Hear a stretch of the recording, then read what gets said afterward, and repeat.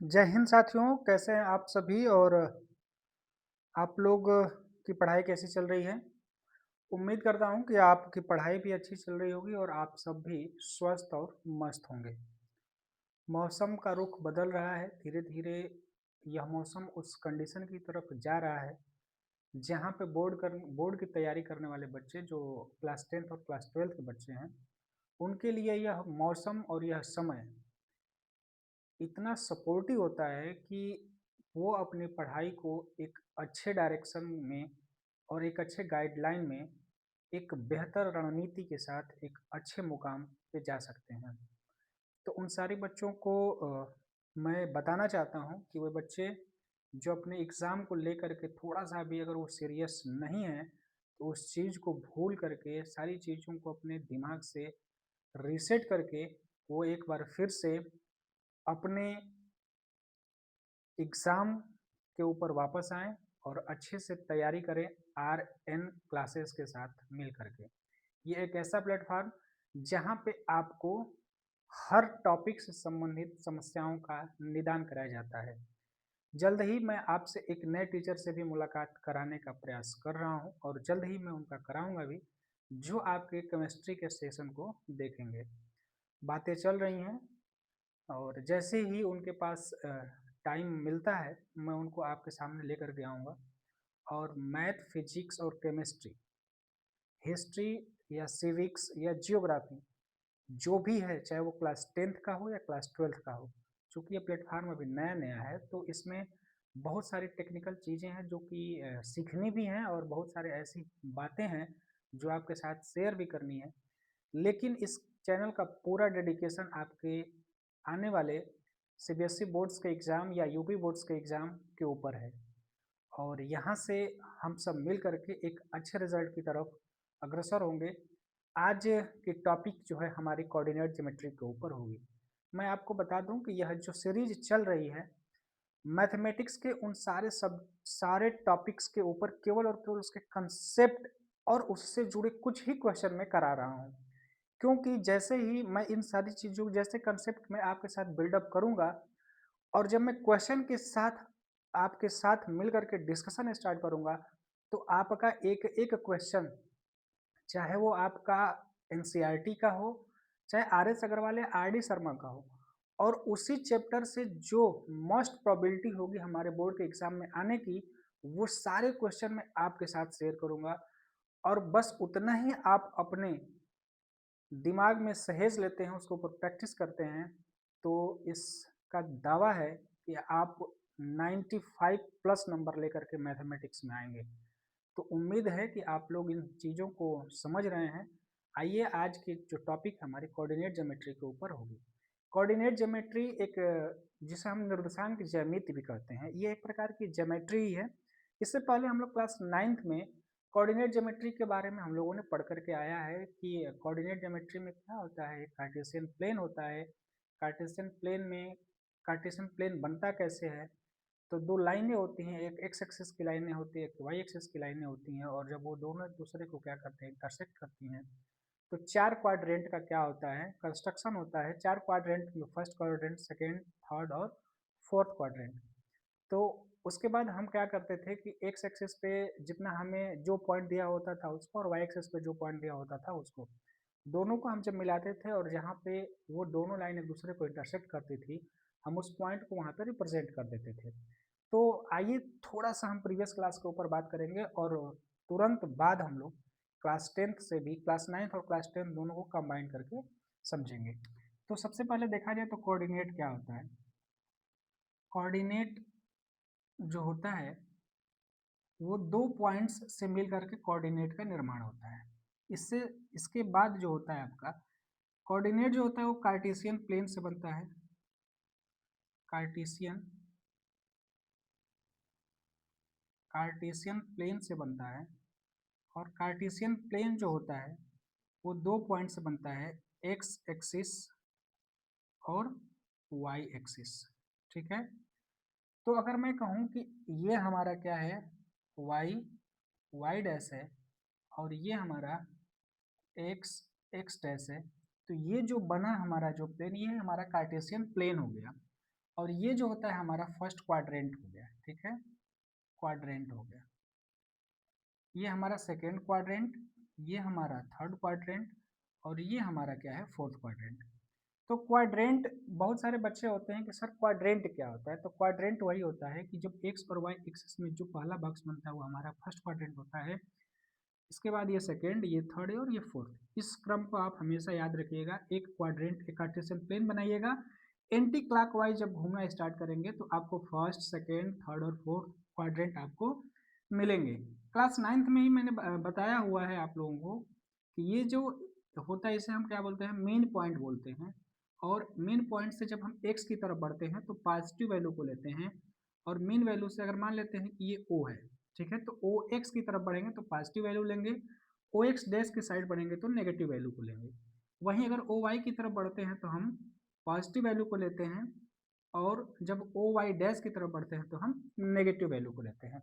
इन सारी चीज़ों की चर्चा हम लोग क्लास 9th में कर चुके हैं। जैसे अगर दे दिया जाता था कि 3 और 8 को आप कार्टेशियन प्लेन में इसको क्या करिए, रिप्रेजेंट करिए, तो आपको पता है कि जो कोऑर्डिनेट होता है वो सबसे पहले एक्स कोऑर्डिनेट लिखा जाता है, फिर वाई कोऑर्डिनेट लिखा जाता है। एक्स कोऑर्डिनेट वाले होता है, फिर वाई कोऑर्डिनेट होता है। इट मीन्स अगर हम कार्टेशियन प्लेन को ड्रा करते हैं और ये 1 2 3 4 5 6 7 8, ठीक है, चूंकि स्पेस कम है तो इसको मैं चेंज कर दे रहा हूँ, 8 3 कर दे रहा हूँ, ठीक है। तो 1 2 3 4 5 6 7 8 हो गया, और ये 1 2 3 4 हो गया, ठीक है। अब हम एक्स क्वाड्रेंट पे कितने पॉइंट्स हैं, तो 1 2 3 4 5 6 7 8, ठीक है।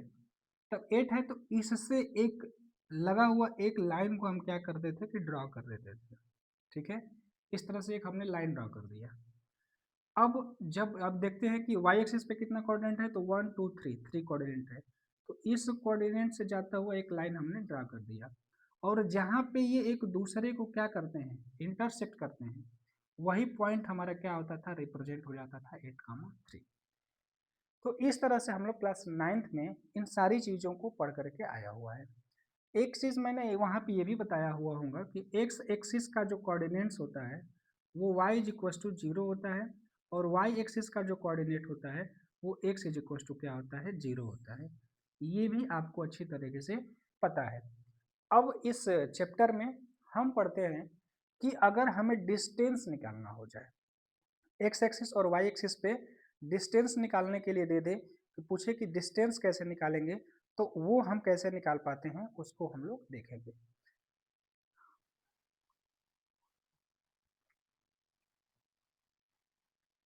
एक्स एक्स अगर ये मान लेते हैं कि एक पॉइंट है 3 4 और दूसरा पॉइंट है आपका 6 8, ठीक है, और पूछ रहा है कि इनके बीच का डिस्टेंस हमें बताइए, या एक्स, पहले हम समझते हैं कि डिस्टेंस एट एक्स एक्सिस, ठीक है, find distance, find distance at X axis, ठीक है। एक्स एक्सिस पे हम कैसे फाइंड करते हैं, ये हमारा हो गया 0 0, ये ओ होता है, इसका जो कोऑर्डिनेट होता है वो क्या होता है, 0 0 होता है। ये हमारा एक्स होता है, ये एक्स डैश होता है, ये वाई होता है, और ये हमारा वाई डैश होता है। 1 2 3 4 5 6 7 8 9, 1 2 3 4 5 6 7 8 9, ठीक है। अब इसको थोड़ा सा और लंबा कर लें कि हमें समझने में आसानी हो। अब ये कह रहा है कि एक्स एक्सिस पे इन दोनों पॉइंट्स के बीच में क्या है आपका डिस्टेंस, क्या इसको फाइंड करना है। तो जो हमारा एक्स पहला x1 जो है वो दिया है 1 2 3, मतलब कि ये पॉइंट यहाँ पे आ रहा है 3। दूसरा क्या है 6 है, तो 4 5 6 ये। अगर मान लेते हैं कि ये पहला पॉइंट ए है और दूसरा पॉइंट बी है, तो एक्स एक्सिस पे इनके बीच का डिस्टेंस निकालने के लिए सबसे आसान सा क्या हो जाएगा, ये 4 हो गया, ये 5 हो गया, ये हमारा 6 हो गया, तो हम b माइनस ए कर देंगे तो इनके बीच का डिस्टेंस निकल जाएगा। ए बी का जो डिस्टेंस होगा, distance distance between A B जो हो जाएगा वो b माइनस ए कर देंगे तो निकल जाएगा। मतलब कि अगर b की जो 6 है और a का क्या है 3 है, तो ए बी का बीच का डिस्टेंस क्या हो जाएगा 3 हो जाएगा। ये हमारा एक्स एक्सिस की बात हुई। अगर वहीं बात किया जाए वाई एक्सिस की, वाई एक्सिस के अगर हमें डिस्टेंस निकालना हो, डिस्टेंस एट वाई एक्सिस, ठीक है, बिटवीन 2 पॉइंट, अगर 2 पॉइंट हमें दिए हुए हैं उनके बीच का डिस्टेंस निकालना है, तो इसको देखते हैं 4 है, 1 2 3 4, ये मान लेते हैं कि ये हमारा ए है, y2 क्या है आपका 1 2, ये हमारा 4 हुआ, 1 2 3 4 5 6 7 8, और ये हम मान लेते हैं कि हमारा b है। तो ये 1 2 3 4 5 6 7 8। अब यहाँ पे अगर हमें y एक्सिस पे ए बी का निकालना हो, distance between A B at Y axis पे निकालने के लिए क्या करेंगे, b माइनस ए कर देंगे और 8 माइनस 4 कर देंगे, तो ये हमारा क्या हो जाएगा 4 हो जाएगा। ये था कि ये हमारा x एक्सिस और y एक्सिस में 2 पॉइंट्स के बीच में डिस्टेंस निकाला जाता है, तो हम इसे इजिली निकाल लेते हैं। लेकिन अगर यही क्वेश्चन में दे दे कि फाइंड द डिस्टेंस बिटवीन, अगर ये दे दे पॉइंट्स आपका कि find the distance between 3 4 and 6 8, ठीक है, इसे मैं रफ कर दूं, इसी क्वेश्चन को अगर 2 पॉइंट्स के बीच में निकालना होगा तो कैसे निकालते हैं, उस चीज को हम लोग यहाँ पे समझेंगे। ठीक है, क्वेश्चन है हमारा, क्वेश्चन है कि फाइंड द डिस्टेंस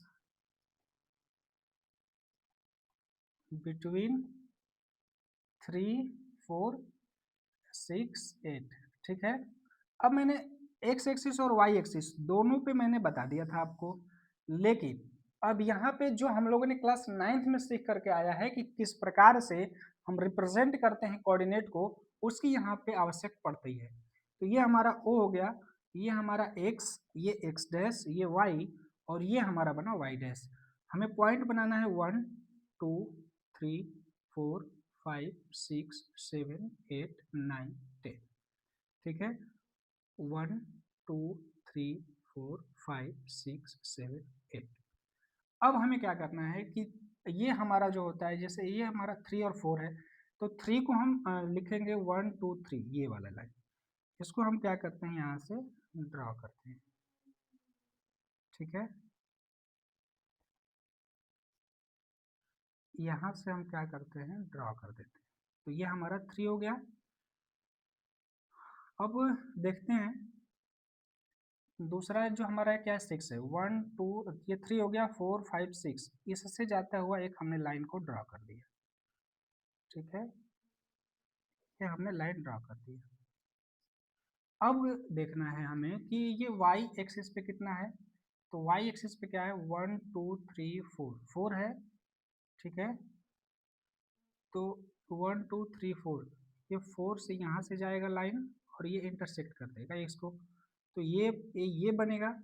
और दूसरा क्या है 8 5 6 7 8, 1 2 3 4 5 6 7 8, और यहाँ से जब हम लाइन को ड्रा करेंगे तो ये यहाँ पे क्या कर देगा इंटरसेक्ट करेगा। इट मीन्स अगर देखा जाए तो जो पॉइंट्स बन रहा है वो कार्टेशियन प्लेन में आपका 3 4 का यहाँ बन रहा है और 6 8 का यहाँ बन रहा है।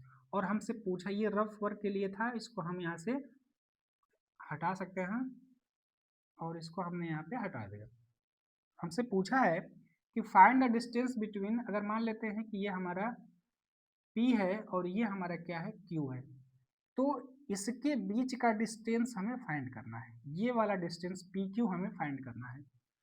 और ये हमने फाइंड किया हुआ है, ये A था, ये B, ठीक है, ये PQ हो गया, तो यह इस PQ हो गया, तो इसको हम R कर लें और इसको S कर लें, जो हमें थोड़ा सा आसानी होगी समझने में। अब देखो, अब हमें क्या करना है कि इसके बीच का डिस्टेंस हमें फाइंड करना है। हमने क्या किया था कि आर एस के बीच का डिस्टेंस हमने फाइंड किया था, ये था हमारा 3 और ये था हमारा 6, तो आर एस कैसे निकाले थे, वही एस माइनस आर करेंगे तो ये 2 हो जाएगा। इसमें एक कंस्ट्रक्शन ये करना है कि पॉइंट पी से ये जो हमारी लाइन आ रहे हैं जो क्यू एस है, इस पर हम क्या करेंगे एक परपेंडिकुलर ड्रा कर दें, परपेंडिकुलर ड्रा कर देंगे और ये हम मान लेते हैं ये हमारा हो गया टी, तो आर एस टी, ठीक है। अब यहाँ से हमें क्या करना होगा कि एक पाइथागोरस थ्योरम होता है, पाइथागोरस थ्योरम आप सभी लोगों को पता होगा, किसी भी अगर राइट ट्रायंगल में जो उसका हाइपोटेनस का स्क्वायर होता है उसके बेस के स्क्वायर और उसके परपेंडिकुलर के स्क्वायर के सम के क्या होता है, इक्वल होता है। तो ये वाला अगर ये हमारा एक बन रहा है triangle Q T P, Q T P एक हमारा कौन सा ट्रायंगल बन रहा है, राइट ट्रायंगल बन रहा है। और राइट ट्रायंगल बनने की वजह से अब जब हम पी क्यू को निकालते हैं तो अब पी क्यू ये जो हो गया हमारा, अब इसमें थोड़ा सा देखा जाए कि जो आर ओ आर है, ओ आर, ओ आर कितना है आपका, ओ आर कितना है आपका 3 है, ओ आर 3 है। और ओ एस जो है कितना है, ओ एस जो कितना है आपका 6 है। तो आर एस कितना हो जाएगा, आर एस जो हो जाएगा 2 हो जाएगा और आर एस ही क्या होगा, पी टी के बराबर होगा, ठीक है। ये जितना होगा इतना ये भी होगा, पी टी के बराबर होगा। अब दूसरी चीज देखते हैं, जो आर पी है, आर पी है, आर पी कितना है 4 है, आर पी 4 है। और क्यू एस क्या है आपका, क्यू एस आपका 8 है। तो एस टी कितना हो जाएगा आपका, यह जब हमारा आर पी अगर 4 है तो एस टी भी हमारा क्या हो जाएगा 4 हो जाएगा, ये और ये क्या होंगे, इक्वल होंगे। तो क्यू टी क्या होगा, क्यू टी अगर निकाला जाए तो क्यू टी निकालने के लिए अगर ये हमारा कितना हो गया 4 हो गया और ये हमारा जो था क्यू टी जो है, क्यू टी हमें फाइंड करनी है और क्यू एस जो है 8 है, तो क्यू टी की वैल्यू क्या हो जाएगी 8 माइनस 4, मतलब कि ये भी हमारा क्या हो जाएगा 4 हो जाएगा। तो इसकी भी वैल्यू 4 हो गई, इसकी वैल्यू 2 हो गई। तो हमें निकालना है क्या, पी क्यू, तो वही by Pythagoras theorem, by Pythagoras, ठीक है, पाइथागोरस थ्योरम। अब ये क्या हो जाएगा, पी क्यू का स्क्वायर जो हो जाएगा वो हमारा पी टी का स्क्वायर प्लस क्यू टी का स्क्वायर हो जाएगा।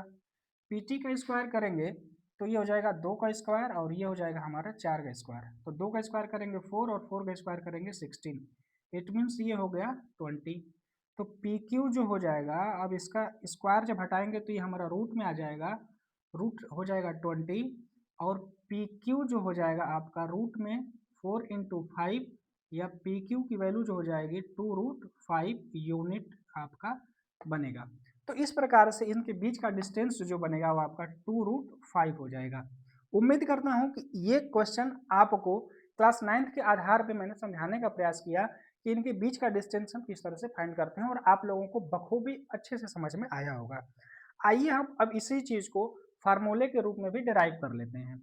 ये बातें आपको समझ में आ गई है अच्छे तरीके से, अगर नहीं समझ में आई है तो आप वीडियो को रिवर्स करके फिर से एक बार देखिए, अच्छे से समझ में आ जाएगा। अगर जैसे यहाँ पे दिया हुआ था, आपको पॉइंट्स दे दिया हुआ था कि 2 पॉइंट्स दिए हुए हैं और उनके बीच का डिस्टेंस आपको फाइंड करना है, लेकिन अब एक फार्मूला आता है आपका जिसे हम कहते हैं डिस्टेंस फार्मूला, ठीक है, डिस्टेंस फार्मूला। और डिस्टेंस फार्मूला होता क्या है, इस चीज को हम देखते हैं। दिया जाता है कि find the distance, find the distance between 2 point, 2 points के बीच में हमें क्या करना है, डिस्टेंस फाइंड करना है। जो पहला होता है x1 y1 और दूसरा होता है आपका